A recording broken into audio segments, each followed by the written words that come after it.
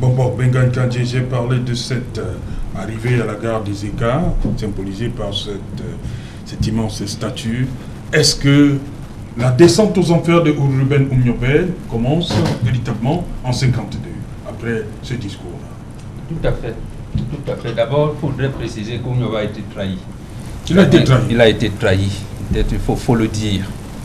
Et ça fait, d'ailleurs, j'ai eu ce débat avec certains intellectuels qui ne comprenaient pas la démarche d'Achille Mbembe, auprès du président français.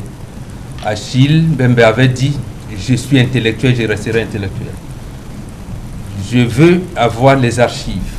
C'est ça qui m'intéresse. Je ne ferai pas la politique.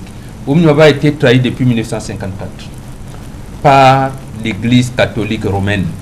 Ils ont écrit une lettre apostolique par tous les évêques d'Afrique francophone, équatoriale et ouest-africaine d'ailleurs. La dite lettre qui traitait Oumniobel de communiste et qu'il fallait l'éliminer. La première réaction de cette lettre est faite par le pasteur de Oumniobel lui-même, Joseph Thiegam-Bogol. Vous connaissez Douala, en face du 2e arrondissement, comme ça, le 2e arrondissement. Il y a une église presbytérienne là. C'est là où prenait sa Sainte Seine. Il était paroissien, cette église-là. Et le pasteur qui officiait à l'époque, c'est Joseph Thiegam-Bogol. Il fait partie de la première promotion à Foulassi. Vient présenter à une session de la Sainte Seine, parce qu'ils ont leur formule là pour participer à la Sainte Seine de dimanche. Et Thiega dit devant la session, les anciens de l'église disent: mais attendez, vous êtes communiste, je ne vous prends pas. Mais vous me dites: si j'avais été communiste, je ne serais pas venu. Mais non, il n'a pas. Sort donc, il répond aux prêtres catholiques par église, colonialisme, religion ou colonialisme. Cette lettre existe.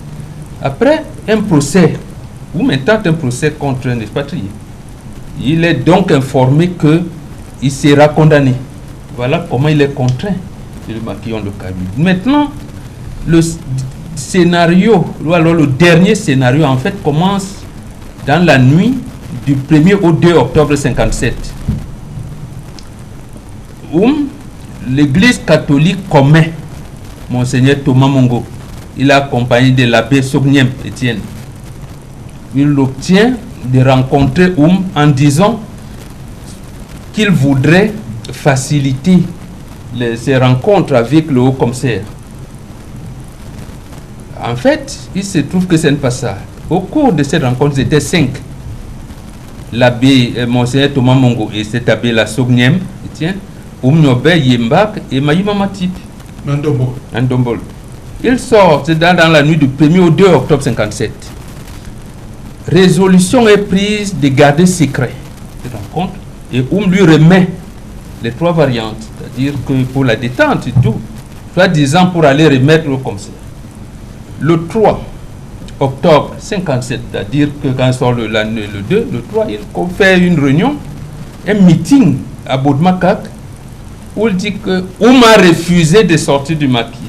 Il ne comprend pas cette intransigeance-là. Quelque temps après, les hélicoptères ont commencé à sillonner la zone. Et tout. Donc, comme dit M. Tam, il y avait sûrement, vous savez, ça renvoie avec les renseignements, et voilà. Donc, pour arriver à ces jours fatidiques du 13, mais en réalité, ça peut partir entre autres choses que relève Achille Mbembe, c'est que comment le 13 septembre, la dépouille de Yembak est en décomposition avancée et celle de est encore fraîche. Ça veut dire en fait, peut-être qu'il ne serait pas décidé de... Je veux dire que même si lui, on l'a assassiné le 13, mais peut-être Yembak aurait été... Ça veut dire qu'en fait, il était arrêté, il aurait été arrêté.